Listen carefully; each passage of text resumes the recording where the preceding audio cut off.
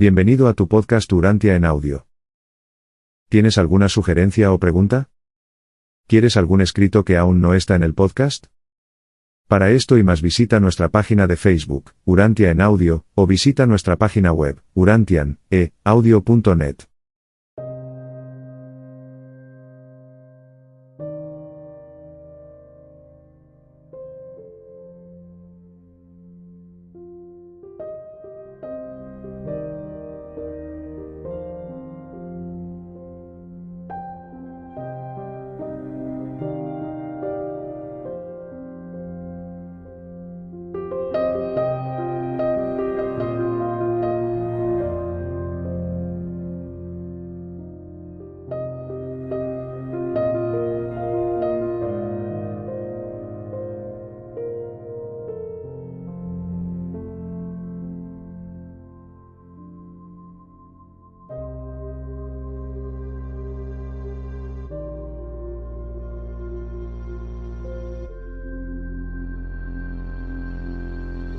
Escrito 136.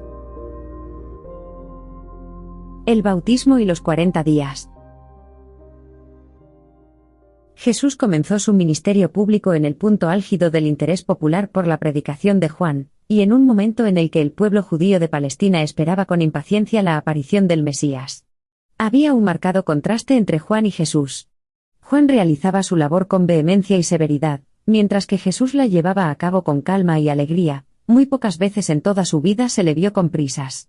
Jesús era un reconfortante consuelo para el mundo y, en cierto modo, un ejemplo. Juan apenas ofrecía consuelo, o era un ejemplo. Predicaba el reino de los cielos, pero escasamente experimentaba su gozo. Aunque Jesús hablaba de él como el más grande de los profetas del antiguo orden, también dijo que el menor de los que vieron la gran luz del nuevo camino, y la cruzó para entrar en el reino de los cielos, sería de hecho más grande que Juan. Cuando Juan predicaba la llegada del reino, el núcleo de su mensaje era: arrepentíos. Huid de la ira venidera.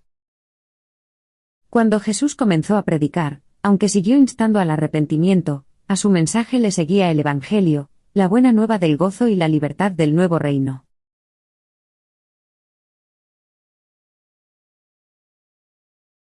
1. Conceptos sobre el Mesías esperado.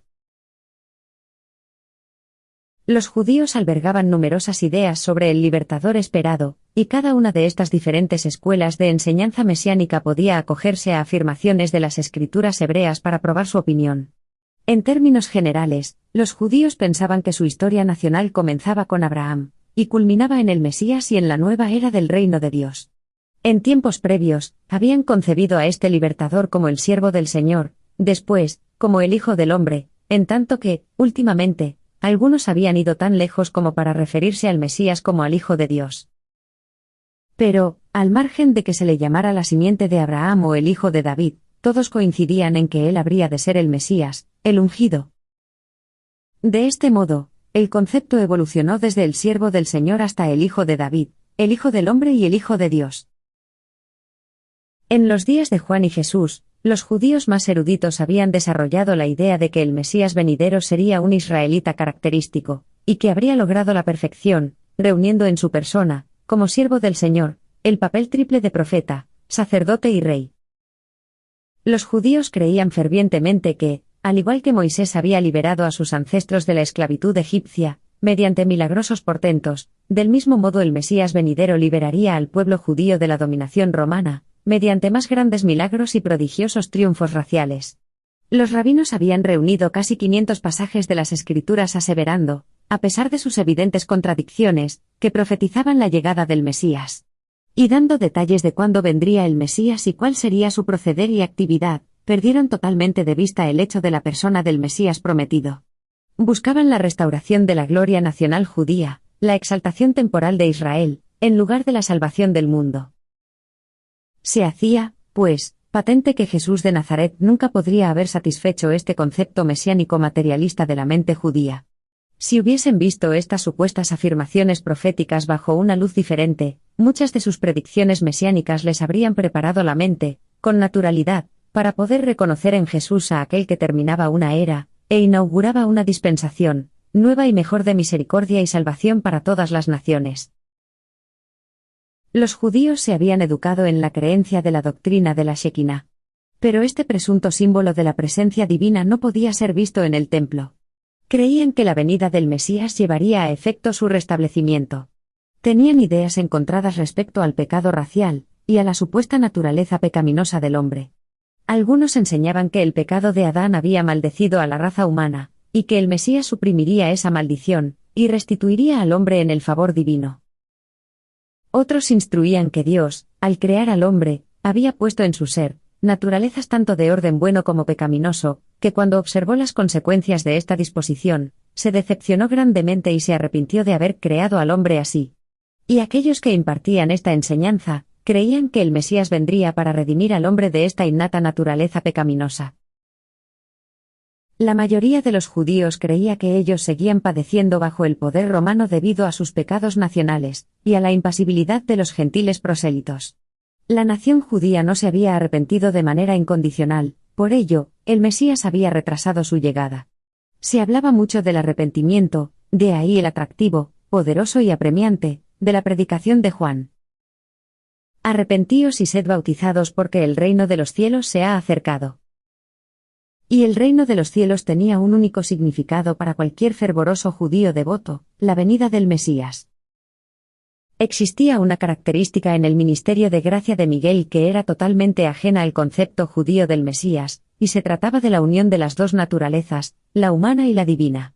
Los judíos habían concebido al Mesías de distintas maneras, ya fuese como humano que había conseguido la perfección, sobrehumano e incluso divino, pero jamás habían contemplado la idea de la unión de lo humano y lo divino. Y este fue el gran escollo con el que se encontraron los primeros discípulos de Jesús. Captaban el concepto humano del Mesías como el Hijo de David, tal como lo habían expuesto los antiguos profetas, como el Hijo del Hombre, la idea sobrehumana de Daniel y de algunos de los últimos profetas, e incluso como el Hijo de Dios, tal como lo describía el autor del libro de Enoc y algunos de sus contemporáneos, pero nunca captaron, ni por un instante, el verdadero concepto de la unión, en una persona terrenal, de las dos naturalezas, la humana y la divina. La encarnación del Creador en forma de criatura no se había revelado previamente. Solo se reveló en la persona de Jesús. El mundo no sabía nada de estas cosas, hasta que el Hijo Creador se hizo carne, y habitó entre los mortales del mundo.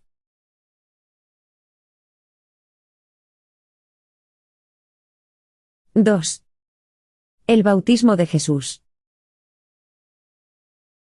Jesús se bautizó en el momento culminante de la predicación de Juan, cuando Palestina estaba enfervorizada con la expectativa de su mensaje. El reino de Dios se ha acercado, cuando todo el pueblo judío estaba inmerso en un riguroso y solemne examen de sí mismo. Los judíos poseían un profundo sentido de la solidaridad racial. No solo creían que los pecados del padre podían aquejar a sus hijos, sino que creían asimismo, y con firmeza, que el pecado de una sola criatura podía resultar en maldición para todo el pueblo. Por ello, no todos los que se presentaban al bautismo de Juan se consideraban culpables de los pecados concretos que él denunciaba. Muchas almas fervorosas iban a bautizarse por el bien de Israel. Temían que su ignorancia de algún pecado propio pudiese demorar la llegada del Mesías. Sentían que pertenecían a una nación culpable y maldecida por el pecado, y se prestaban al bautismo para que, al hacerlo, así se manifestaran los frutos de la penitencia de la raza. Es por lo tanto, evidente que Jesús de ninguna manera recibió el bautismo de manos de Juan como un rito de arrepentimiento, ni para la remisión de sus pecados. Al aceptarlo, Jesús solo seguía el ejemplo de muchos devotos israelitas. Cuando Jesús de Nazaret bajó al Jordán para bautizarse, era un mortal del mundo que había alcanzado la cúspide de la ascensión evolutiva humana, en todo lo relacionado con la conquista de la mente, y la identificación de sí mismo con el espíritu. Aquel día, de pie en el Jordán, era un mortal de los mundos evolutivos del tiempo y del espacio, que había logrado la perfección. Entre la mente mortal de Jesús y su modelador espiritual interior, el don divino de su Padre del Paraíso, se había establecido una perfecta sintonía, y una completa comunicación.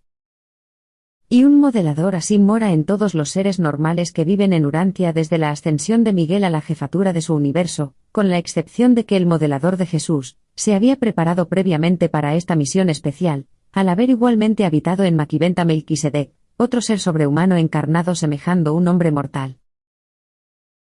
Habitualmente, cuando un mortal llega a tan altos niveles de perfección personal, se producen, a medida que se eleva espiritualmente, esos fenómenos previos que, en última instancia, culminan en la fusión del alma desarrollada del mortal, con el modelador divino al que está vinculado. Y tal cambio se produjo aparentemente en la experiencia personal de Jesús de Nazaret, aquel mismo día en el que descendió al Jordán con sus 2 hermanos, para que Juan les bautizase. Esta ceremonia fue el acto final de su vida puramente humana en Urantia, y muchos observadores sobrehumanos esperaban presenciar la fusión del modelador con la mente en la que habitaba, pero estaban todos llamados a sufrir una decepción. Sucedió algo nuevo e incluso más grande. Al poner Juan sus manos sobre Jesús para bautizarlo, el modelador interior se despidió definitivamente del alma humana perfeccionada de Josué ben José. Y en unos instantes, esta entidad divina regresó del lugar de la divinidad como modelador personificado y jefe, en todo el universo de Nevadón, de los de su clase. De este modo, Jesús pudo ciertamente ver a su propio antiguo espíritu divino descendiendo sobre él, a su vuelta, ya personificado.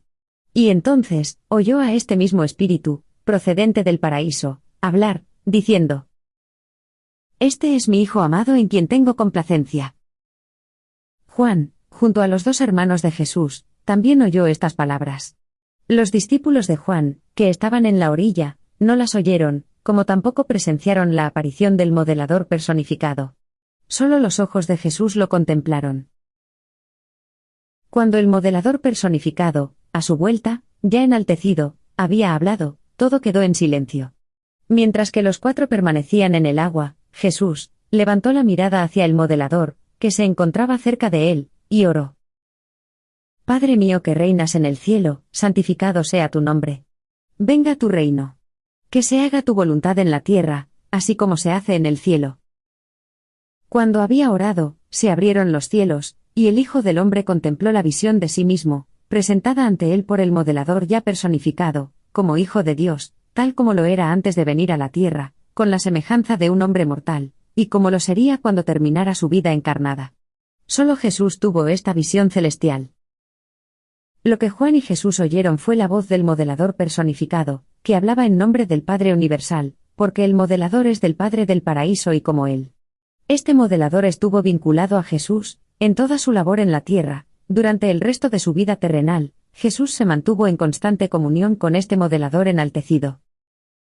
Cuando Jesús se bautizó, no se arrepintió de ninguna mala acción, ni hizo ninguna confesión de pecados. El suyo fue un bautismo de consagración al cumplimiento de la voluntad del Padre Celestial. Durante él oyó el inequívoco llamamiento de su Padre, su petición última para que se ocupara de los asuntos de su Padre, y se marchó para vivir en soledad durante 40 días, y reflexionar sobre estos múltiples problemas. En este retiro alejado de todo contacto personal activo con sus allegados terrenales, Jesús, continuando con su forma humana en Urantia, seguía el mismo modo de proceder que imperaba en los mundos morontiales, siempre que un mortal ascendente se fusiona con la presencia interior del Padre Universal. Este día de bautismo se puso fin a la vida exclusivamente humana de Jesús. El Hijo Divino ha encontrado a su Padre, el Padre Universal ha encontrado a su Hijo encarnado, y hablan el uno con el otro. Jesús se bautizó cuando casi tenía la edad de 31 años. Aunque Lucas dice que este bautismo tuvo lugar en el año 15 del imperio de Tiberio César, que sería en el año 29 después de Cristo, puesto que Augusto murió en el año 14 después de Cristo, convendría recordar que Tiberio fue coemperador con Augusto durante 2 años, y medio antes de la muerte de Augusto, habiéndose acuñado monedas en su honor en octubre del año 11 después de Cristo. El año 15 de su imperio fue, por lo tanto, este mismo año 26 después de Cristo, año en el que Jesús se bautizó. Y fue también este el año en el que Poncio Pilato empezó a ejercer el cargo de gobernador de Judea.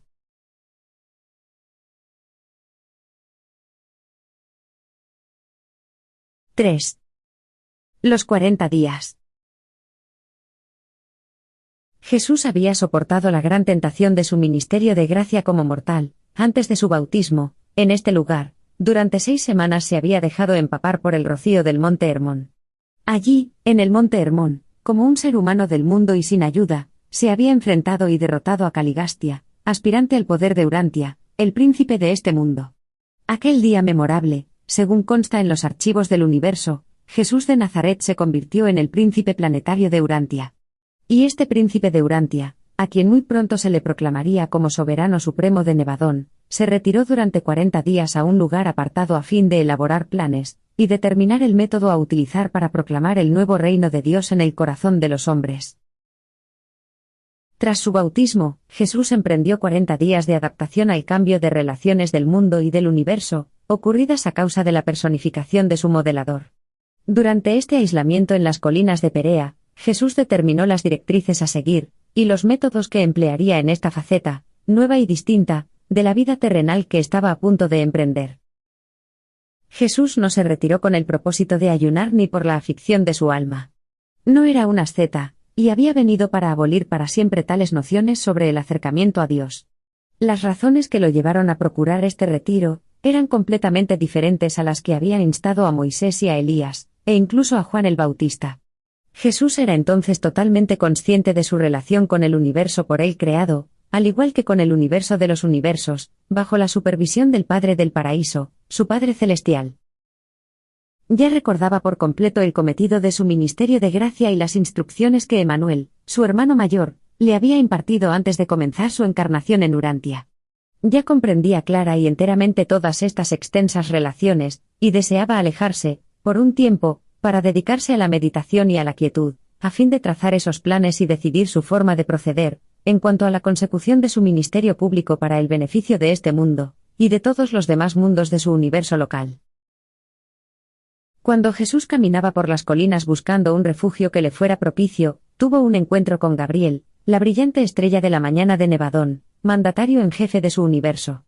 Gabriel restablecía en este momento su comunicación personal con el Hijo Creador del universo. Se reunieron por primera vez desde que Miguel se despidió en lugar de salvación de sus compañeros para ir a Edentia, en preparación al inicio de su ministerio de gracia en Urantia.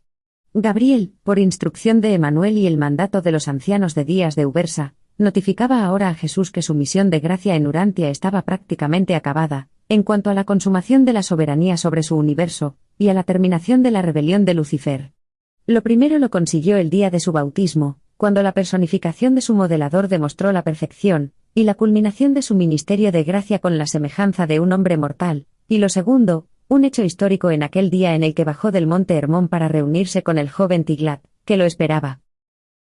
Se informaba ahora a Jesús, desde la más alta autoridad del universo local y del suprauniverso, de que su labor de gracia había finalizado, en la medida en la que afectaba a su estatus personal con respecto a su soberanía y a la rebelión.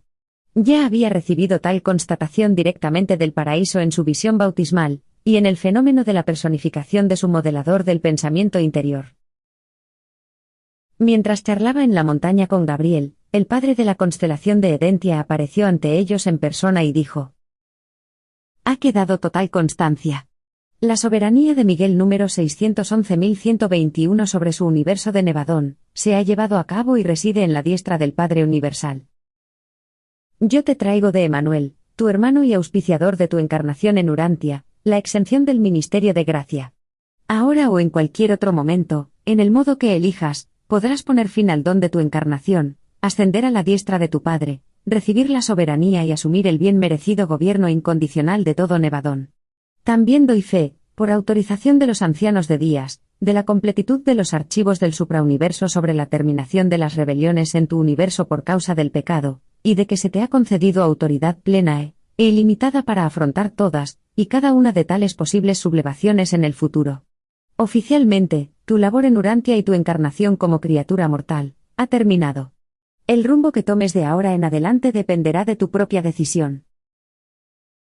Cuando el Padre Altísimo de Edentia se despidió, Jesús conversó durante largo rato con Gabriel sobre el bienestar del universo, y al enviar saludos a Emanuel, le aseguró de que, en la labor que estaba a punto de emprender en Urantia, siempre tendría presente las instrucciones recibidas en lugar de salvación con anterioridad a la asignación de su ministerio de gracia.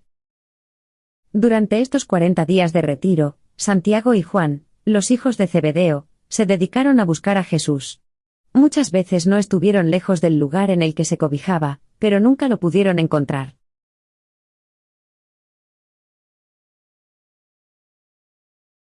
4. Planes para su ministerio público. Día tras día, en las colinas, Jesús definía los planes que seguiría durante el resto de su ministerio de gracia en Urantia.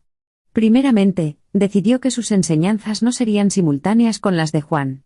Optó por estar relativamente alejado hasta que la labor de Juan lograra su propósito, o bien hasta que la encarcelación detuviese a Juan. Jesús sabía bien que la predicación de Juan, temeraria y sin tacto, suscitaría pronto el temor y la hostilidad de los gobernantes civiles. Dada la situación precaria de Juan, Jesús dio comienzo definitivamente a planificar el curso de acción a seguir en su tarea pública en beneficio de su pueblo y del mundo, y por el bien de todos los mundos habitados de su inmenso universo. El ministerio de gracia de Miguel como mortal tuvo lugar en Urantia, pero para todos los mundos de Nevadón. Lo primero que hizo Jesús, tras examinar detenidamente cómo coordinaría su plan general de acción con el movimiento de Juan, fue revisar mentalmente las indicaciones de Emmanuel. Con atención, reflexionó sobre los consejos de su hermano mayor en cuanto a sus métodos de trabajo, y al hecho de que no dejara escritos permanentes en el planeta. Jesús nunca escribiría en ningún lugar que no fuera la arena.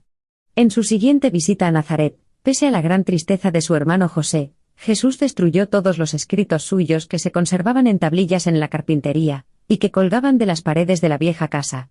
Y Jesús recapacitó bastante sobre los consejos de Emmanuel en cuanto a su acercamiento al mundo, tal como él lo encontraría, en el terreno económico, social y político. Jesús no ayunó durante los 40 días de su retiro. El período más largo en el que se abstuvo de alimentarse fue durante los primeros 2 días en las colinas. Estaba tan absorto en sus pensamientos que se olvidó de comer. Si bien, al tercer día, salió a buscar alimentos. En este momento, tampoco fue tentado por espíritus malignos ni por seres rebeldes emplazados en este mundo, o venidos de cualquier otro mundo. Estos 40 días sirvieron para que se llegase a entablar el último diálogo entre las mentes divina y humana, o más bien, la primera actuación real de estas dos mentes hechas ahora una sola. El resultado de este trascendental período de meditación demostró, de forma concluyente, que la mente divina ya dominaba triunfante y espiritualmente sobre el intelecto humano. Desde este momento, la mente del hombre se ha convertido en la mente de Dios, y aunque la consciencia de la mente del hombre está constantemente presente, siempre esta mente humana espiritualizada dice: no se haga mi voluntad, sino la tuya. Los acontecimientos de este memorable momento, no fueron las visiones fantásticas de una mente hambrienta y debilitada, ni tampoco los simbolismos desconcertantes y pueriles que más tarde se reflejarían como las tentaciones de Jesús en el desierto. Se trató más bien de un periodo de reflexión sobre toda la significativa y diversa andadura de su ministerio de gracia en Urantia, y para la detenida preparación de esos proyectos en vista a que su posterior ministerio fuese de la mayor utilidad a este mundo y contribuyeran asimismo, en algo, al mejoramiento de todas las otras esferas aisladas por la rebelión. Jesús recapacitó sobre todo el lapso de tiempo de la vida humana en Urantia, desde los días de Andón y Fonta, pasando por la transgresión de Adán, hasta el ministerio de Melquisedec de Salem. Gabriel le había recordado a Jesús que había 2 formas en las que se podía manifestar al mundo, en caso de que decidiera permanecer en Urantia por algún tiempo. Y también se le indicó con claridad que su opción en esta cuestión no guardaría relación, ni con su soberanía del universo, ni con la terminación de la rebelión de Lucifer. Estos 2 modos de impartir su ministerio al mundo eran: 1. Su propio camino, el camino que pudiese parecerle más grato y provechoso, desde la perspectiva de las necesidades inmediatas de este mundo, y el avance presente de su propio universo. 2. El camino del Padre, la ejemplificación de un ideal a largo plazo de vida creatural, como lo conciben los elevados seres personales del paraíso, que administran el universo de los universos. Por lo tanto, a Jesús se le puso de manifiesto claramente que había 2 formas de organizar la vida que le restaba en la tierra. Cada una de ellas tenía algo a su favor, considerándola a la luz de la situación inmediata. El Hijo del Hombre vio lúcidamente que su elección entre estos 2 modos de conducirse, no tenía relación con el hecho de haber recibido la soberanía del universo, que aquella era una cuestión ya dispuesta y sellada, en los archivos del universo de los universos, y que solamente aguardaba su solicitud en persona. Pero se le señaló que sería de gran complacencia a Emmanuel, su hermano del paraíso, si él, Jesús, tuviese a bien completar su andadura de encarnación en la tierra con la nobleza con la que la había iniciado, siempre sujeto a la voluntad del Padre. Al tercer día de su retiro, Jesús se prometió a sí mismo que volvería al mundo para concluir su andadura terrenal y que, en cualquier situación que supusiera tomar uno de los dos caminos, siempre optaría por seguir la voluntad del Padre. Y así vivió el resto de su vida en la tierra, siendo siempre fiel a esa resolución. Incluso hasta en su amargo final, él indefectiblemente subordinó su voluntad soberana a la de su Padre Celestial. Los 40 días de soledad que pasó en el desierto montañoso no significaron un período de grandes tentaciones sino, más bien, el período de las grandes decisiones del Maestro. Durante estos días de solitaria comunión consigo mismo, y con la presencia cercana de su Padre, el modelador personificado, ya no tenía un guardián serafín personal, adoptó, una a una, las grandes decisiones que regirían las directrices, y la conducta a seguir durante el resto de su andadura en la tierra. Con posterioridad, y en conexión con estos días de retiro, apareció la tradición acerca de una gran tentación, que se debió a la confusión creada por los fragmentados relatos de la lucha habida en el monte Hermón, y además, porque era habitual que todos los grandes profetas y líderes humanos comenzaran su andadura pública sometiéndose a supuestas temporadas de ayuno y oración. Cuando tenía que hacer frente a decisiones nuevas o importantes, Jesús siempre acostumbraba a retirarse para estar en comunión con su propio espíritu, buscando así conocer la voluntad de Dios. En toda su planificación para lo que le quedaba de vida en la tierra, el corazón humano de Jesús siempre se debatía entre dos formas contrapuestas de proceder. 1. Sentía un fuerte deseo por lograr que su pueblo, y el mundo entero, creyera en él y aceptara su nuevo reino espiritual. Y conocía bien sus ideas acerca del Mesías venidero. 2. Vivir y obrar de la manera en la que él sabía que iba a recibir la aprobación del Padre, desempeñar su labor en beneficio de otros mundos necesitados y continuar, a medida que instauraba el reino, revelando al Padre y mostrando su carácter amoroso y divino. Durante estos cruciales días, Jesús vivió en una antigua caverna rocosa, un refugio, en la ladera de las colinas, próximo a una aldea llamada en otro tiempo, Beit Hadís. Bebía del pequeño manantial que venía desde el costado de la colina hasta cerca de este cobijo de roca.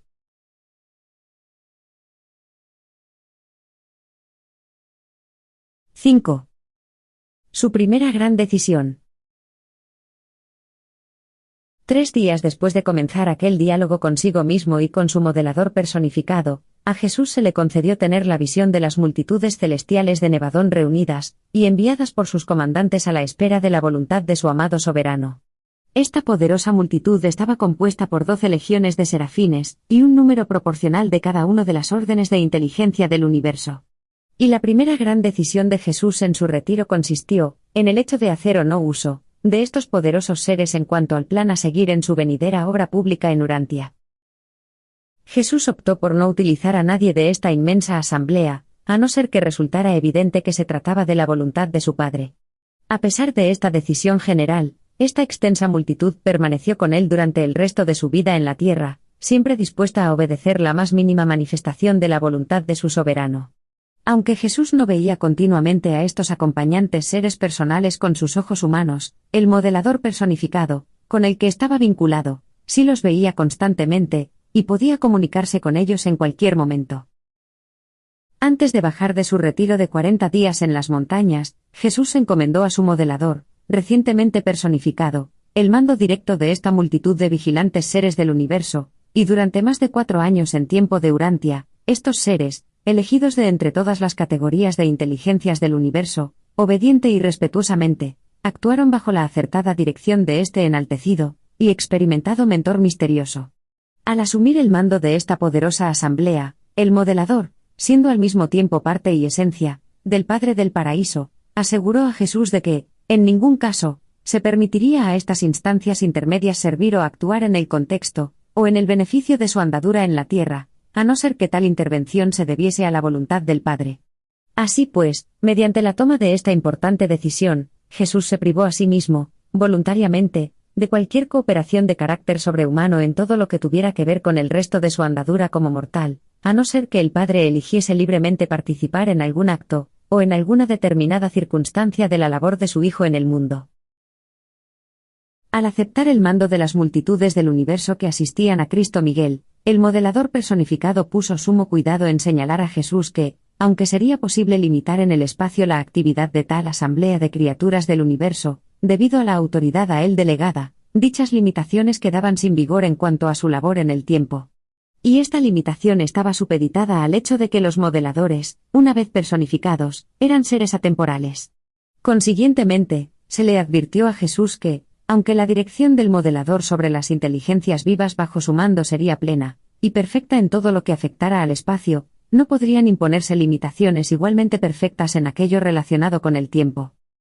El modelador dijo: tal como me has instruido que haga, impediré cualquier forma de intervención de estas multitudes acompañantes de inteligencias del universo, en relación con tu andadura terrenal, salvo en aquellos casos en los que el Padre del Paraíso me mande eximir a tales instancias intermedias de la prohibición, para que se cumpla su voluntad divina, tal como tú has elegido, y en esos casos en los que tú puedas proceder a alguna elección o acción por parte de tu voluntad divina humana, que solo entrañara desviación del orden natural del mundo en relación al tiempo.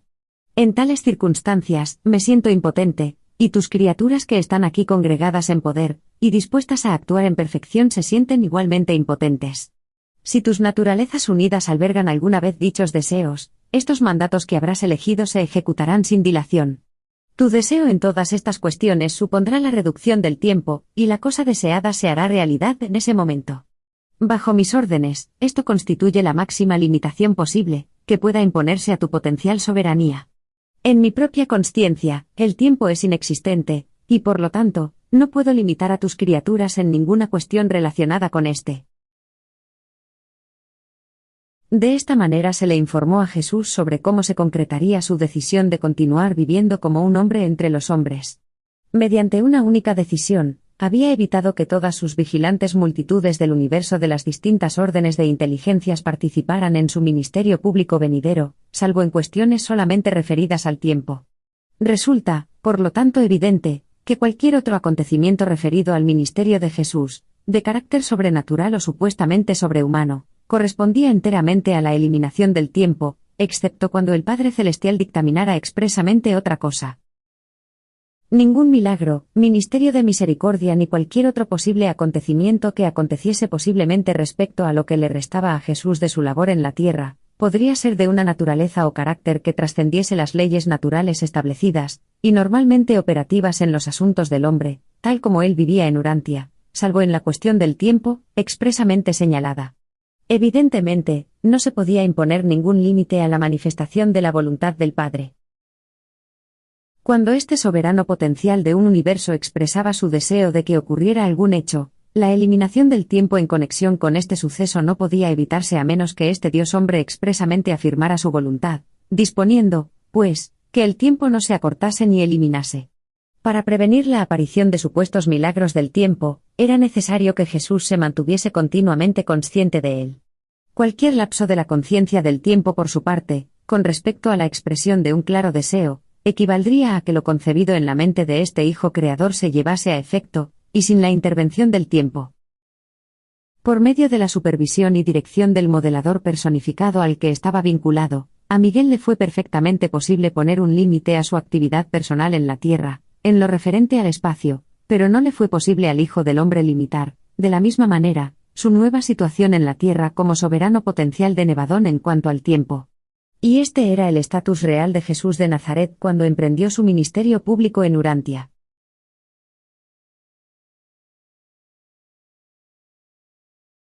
≫. Su segunda decisión. Habiendo establecido ciertas normas respecto a todos los seres personales de todas las clases de inteligencias de su creación, al menos en cuanto a lo que podía decidir, al existir potenciales inherentes a su nuevo estatus divino que no podía determinar en ese momento. ¿Qué podría hacer él, siendo ahora el Creador plenamente consciente de todas las cosas, y de todos los seres existentes de este universo, con estas prerrogativas creadoras en las reiteradas situaciones de la vida, a las que se enfrentaría de forma inmediata al regresar a Galilea para reanudar su labor entre los hombres? De hecho, ya justo donde se encontraba, en estas colinas solitarias, se vio forzosamente ante la necesidad de tener que obtener comida. Hacia el tercer día de sus meditaciones solitarias, su cuerpo humano sintió hambre. ¿Debería ir a buscarla, como haría cualquier mortal corriente, o debería simplemente ejercer sus habituales poderes creativos y producir, convenientemente, alimentos para nutrir su cuerpo? Y esta gran decisión del Maestro os ha llegado descrita a vosotros como una tentación, como un desafío de supuestos enemigos retándolo. Di a esta piedra que se convierta en pan. Jesús, pues, fijó otras normas con carácter regular para el resto de su labor en la tierra. En lo que concernía a sus necesidades personales, y en general, incluso a sus relaciones con otras personas, eligió, entonces, deliberadamente, seguir el camino de la existencia ordinaria en el mundo, optó definitivamente por no seguir una norma que trascendiera, violara o atentara contra las leyes naturales implantadas por él mismo. Pero no podía prometerse a sí mismo, como ya su modelador personificado le había advertido, que estas leyes naturales no pudieran, en determinadas posibles circunstancias, acelerarse notablemente. En un principio, Jesús decidió que su labor de vida se estructuraría, y conduciría de acuerdo con la ley natural, y en armonía con la organización social existente. El Maestro escogió, pues, un plan de vida que rechazaba los milagros y los prodigios. Una vez más se pronunció en favor de la voluntad del Padre, y nuevamente, dejó todas las cosas en manos de su Padre del paraíso. La naturaleza humana de Jesús le dictaba que su primer cometido era la preservación de sí mismo, tal es la actitud normal del hombre natural en los mundos del tiempo y el espacio, y es, consecuentemente, una reacción legítima de cualquier mortal de Urantia. Pero Jesús no estaba preocupado simplemente por este mundo y sus criaturas, sino que estaba viviendo una vida destinada a la instrucción e inspiración de las numerosas criaturas de un extenso universo. Antes de su revelador bautismo, Jesús había vivido en perfecta sumisión a la voluntad y guía de su Padre Celestial. Con rotundidad, decidió continuar con esa misma incondicional dependencia humana a la voluntad del Padre. Resolvió seguir un rumbo innatural, optó por no procurar la preservación de sí mismo. Eligió persistir en su norma de negarse a defenderse a sí mismo. Formuló sus conclusiones en torno a las palabras de las Escrituras que le resultaban familiares a su mente humana. No solo de pan vivirá el hombre, sino de toda palabra de Dios. Al llegar a esta decisión sobre el apetito de la naturaleza física expresado en el hambre de alimento, el Hijo del Hombre se manifestó definitivamente sobre todos los otros estímulos de la carne, y sobre los impulsos naturales de la naturaleza humana. Tal vez pudiese emplear sus poderes sobrehumanos en beneficio de los demás, pero en su propio beneficio, jamás. Y se atuvo invariablemente a esta norma hasta el último momento, cuando se burlaban de él y decían: a otros salvó, pero a sí mismo no se puede salvar. Porque él no lo quiso así. Los judíos esperaban a un Mesías que hiciera incluso mayores prodigios que Moisés, a quien se le atribuía haber hecho manar agua de una roca de un lugar desértico, y también haber alimentado en el desierto con maná a sus predecesores. Jesús conocía la clase de Mesías que sus compatriotas esperaban, y poseía todo el poder y las prerrogativas para estar a la altura de sus más entusiastas expectativas, pero eligió proceder en contra de tal grandioso plan de acción de poder y gloria. Veía esta forma de actuar con alardes de esos esperados milagros como un retroceso a los viejos tiempos en los que imperaba la ignorancia de la magia, y las degradadas prácticas de los primitivos curanderos. Posiblemente, para salvar a sus criaturas, acelerara la ley natural, pero, lo que no haría sería trascender sus propias leyes, ya fuese en su propio bien o para impresionar a sus semejantes. Y la decisión del Maestro era irrevocable. Jesús sentía pena por su gente, entendía perfectamente cómo se las había llevado a esperar al Mesías venidero, al momento cuando la tierra dará su fruto 10.000 veces más, sobre cada vid habrá 1.000 ramas, y cada rama producirá 1.000 racimos, y cada racimo producirá 1.000 uvas, y cada uva producirá un galón de vino. Los judíos creían que el Mesías inauguraría una era de abundancia de milagros. A los hebreos, durante mucho tiempo, se les había educado en tradiciones portentosas y leyendas de prodigios. Jesús no era un Mesías llegado para multiplicar el pan y el vino. No venía para atender solamente las necesidades temporales, sino para revelar el Padre Celestial a sus hijos de la tierra, tratando, al mismo tiempo, de que estos hijos se unieran a Él, y se esforzasen sinceramente por vivir acorde con la voluntad del Padre de los cielos. Al tomar esta decisión, Jesús de Nazaret ilustraba para un expectante universo la insensatez, y el pecado de prostituir los talentos divinos, y las capacidades otorgadas por Dios para el engrandecimiento personal, o para el lucro y la glorificación puramente egoístas. Aquel fue el pecado de Lucifer y Caligastia. Esta importante determinación expresa manifiestamente la verdad de que la propia satisfacción egoísta y la gratificación de los sentidos, solas y por sí mismas, no pueden proporcionar la felicidad a los seres humanos evolutivos. En la existencia humana, hay valores superiores, competencia intelectual y logro espiritual, que trascienden en mucho la necesaria gratificación de los apetitos e impulsos puramente físicos del hombre. La dotación natural de talento y capacidad del hombre deberían dedicarse fundamentalmente al desarrollo y al ennoblecimiento de sus más elevadas facultades de mente y espíritu. De este modo, Jesús revelaba a las criaturas de su universo el modo de seguir el camino nuevo y mejor, los valores morales superiores de la vida, y las satisfacciones espirituales más profundas de la existencia humana evolutiva de los mundos del espacio.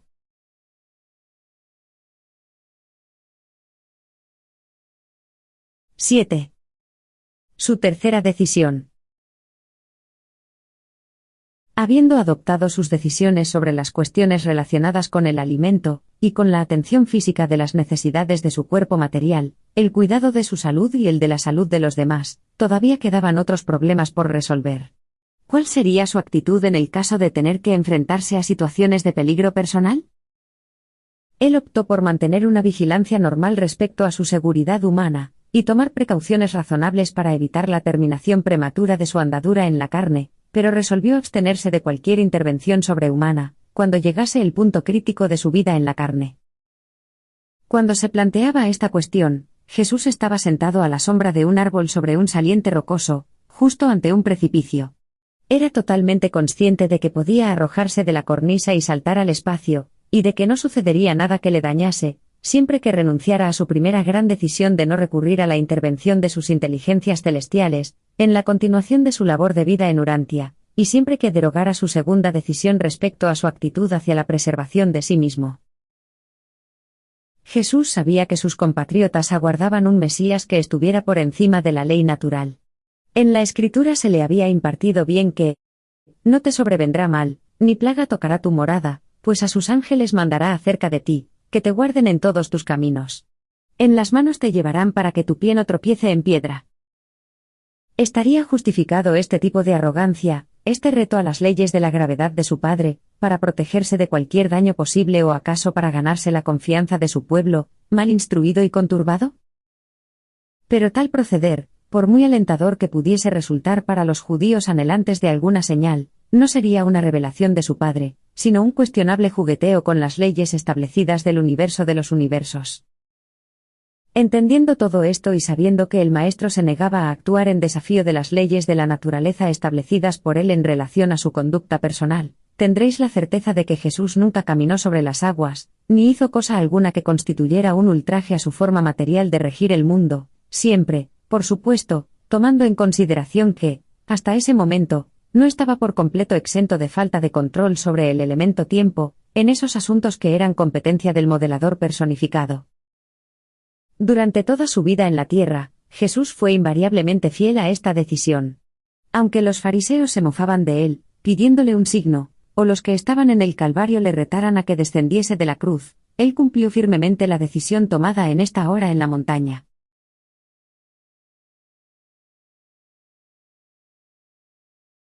8. Su cuarta decisión.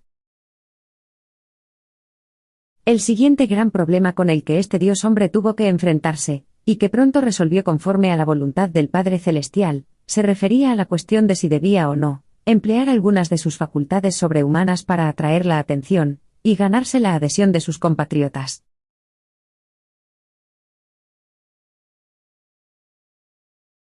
¿Debía él, de alguna manera, ofrecer los poderes del universo a él otorgados para complacer el ansia de los judíos por lo espectacular y lo portentoso?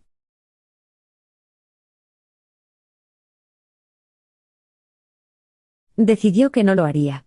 Optó por seguir una norma de actuación que prescindía de todos esos métodos de dar a conocer su misión a los hombres. Y permanentemente, vivió a la altura de esta gran decisión. Incluso cuando, al impartir misericordia, permitió el acortamiento del tiempo, casi indefectiblemente advertía a los destinatarios de su labor curativa, que no le hablaran a nadie del bien recibido. Y siempre rechazó la mofa de sus enemigos que le desafiaban a que les mostrara un signo como prueba y demostración de su divinidad. Jesús, Con gran acierto, previó que la realización de milagros y prodigios atraería, al abrumar a la mente material, solo una lealtad aparente. Tales espectáculos no revelarían a Dios ni salvarían a los hombres. Se negó a ser un mero hacedor de milagros. Tomó la resolución de que se dedicaría a una sola tarea: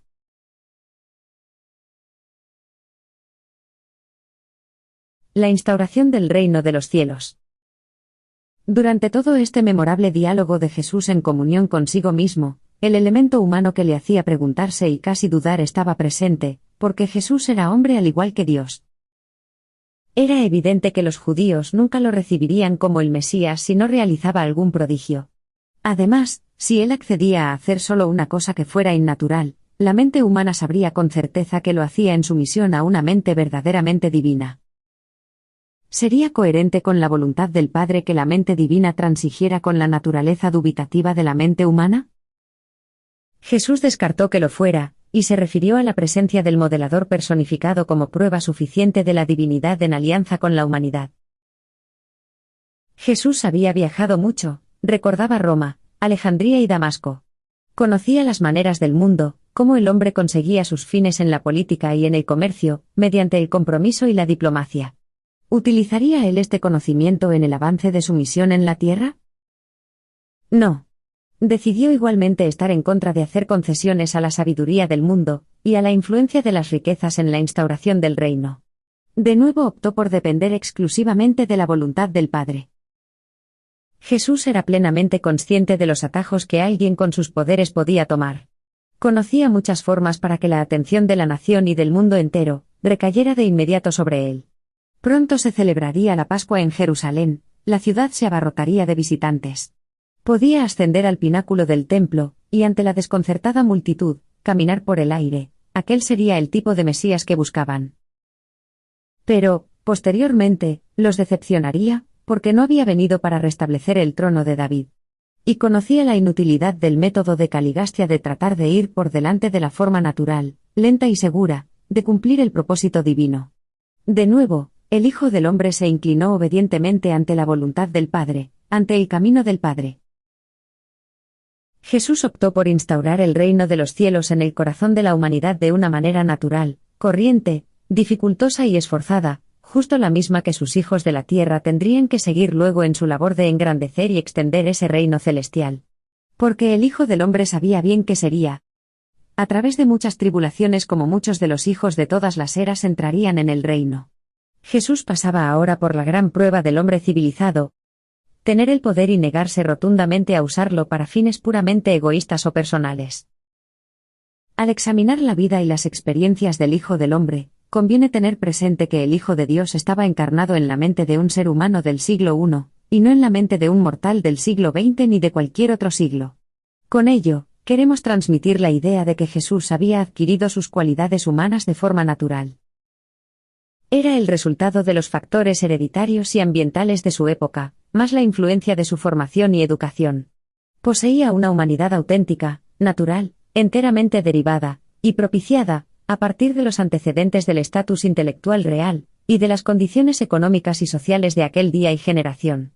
Aunque, en la experiencia de este Dios hombre, existía siempre la posibilidad de que la mente divina trascendiera el intelecto humano, no obstante, cuando su mente humana obraba, lo hacía como lo haría una verdadera mente mortal bajo los condicionamientos del entorno humano de aquella época.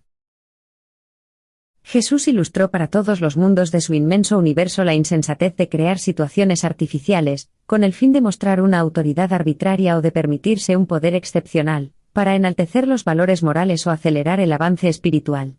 Jesús decidió que no ofrecería su misión en la tierra para que se repitiera la decepción del reinado de los macabeos. Se negó a envilecer sus atributos divinos con el propósito de adquirir una popularidad inmerecida, o conseguir prestigio político. No toleraría que la energía divina y creativa se transmutara en poderío nacional o en prestigio internacional. Jesús de Nazaret rehusó hacer concesiones al mal, y mucho menos confraternizar con el pecado. Triunfalmente, el Maestro puso la lealtad a la voluntad de su Padre por encima de cualquier otra consideración terrenal y temporal.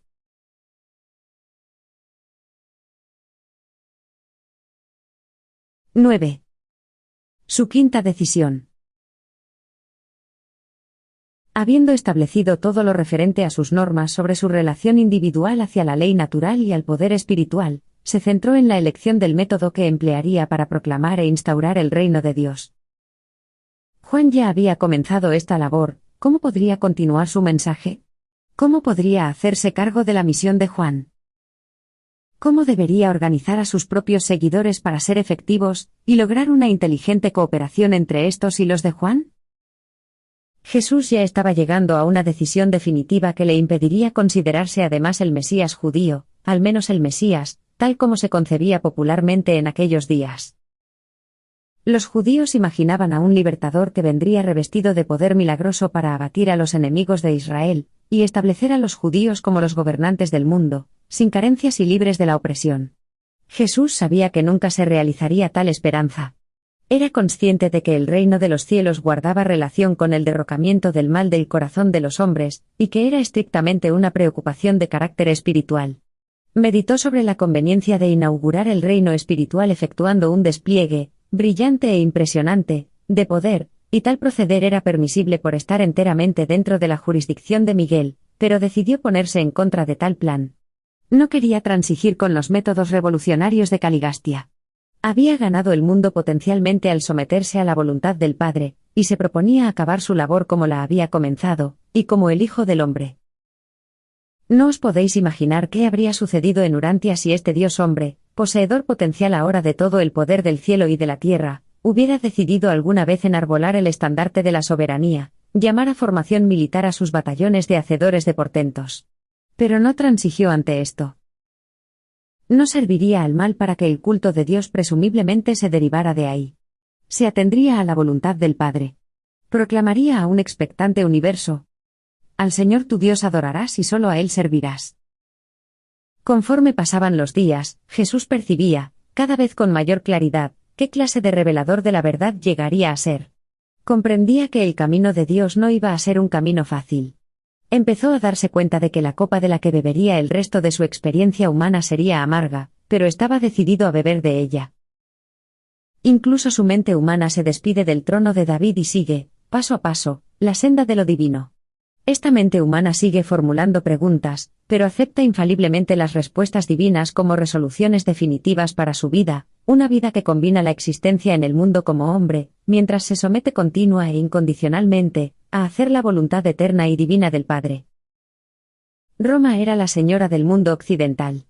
El Hijo del Hombre, ahora en su aislamiento, y tomando estas cruciales decisiones, con las multitudes del cielo bajo su mando, significaba la última oportunidad que tenía el pueblo judío para dominar el mundo, pero este judío humano, poseedor de sabiduría y poder tan grandes, se negó a emplear sus dotes como soberano del universo, ni para su propio engrandecimiento, ni para la entronización de su pueblo. Él veía, por así decirlo, los reinos de este mundo y disponía del poder para enseñorearse de ellos. Los altísimos de Edentia habían puesto estos poderes en sus manos, pero no los quería. Los reinos de la tierra eran algo irrisorio para suscitar el interés del creador y gobernante de un universo. Tenía un solo objetivo: hacer avanzar la revelación de Dios al hombre, instaurar el reino, la soberanía del Padre Celestial en el corazón de la humanidad.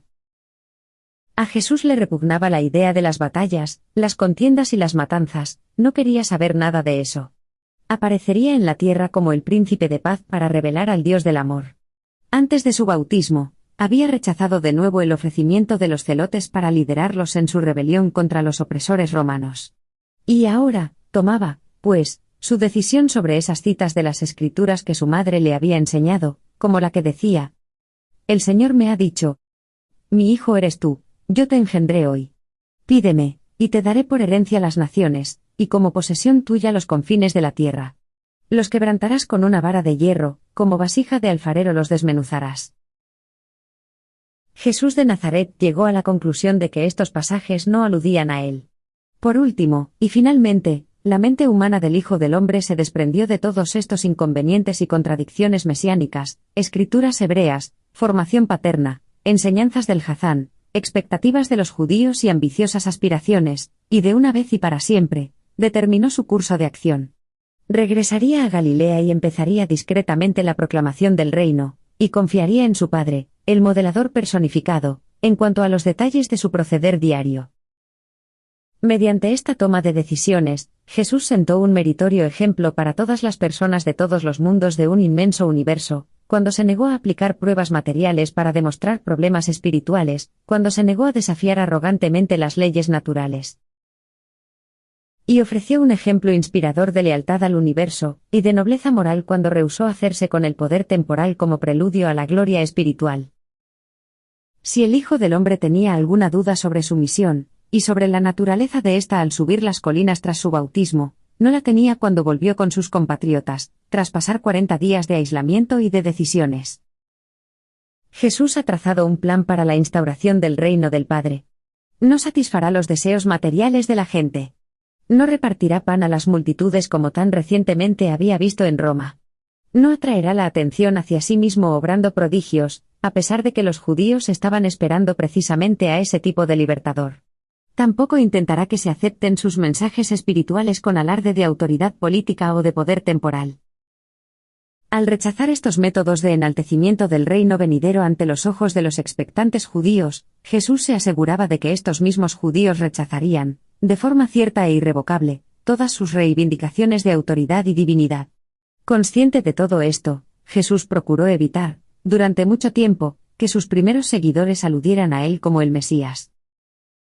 Durante todo su ministerio público, Jesús tuvo necesidad de hacer frente a 3 situaciones constantemente recurrentes: el clamor a ser alimentados, el empeño en los milagros y la petición última de permitir que sus seguidores le nombraran rey.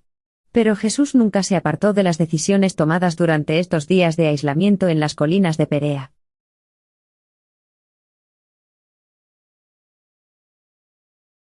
10. Su sexta decisión. En el último día de su memorable retiro, antes de comenzar a bajar del monte para reunirse con Juan y sus discípulos, el Hijo del Hombre adoptó su última decisión.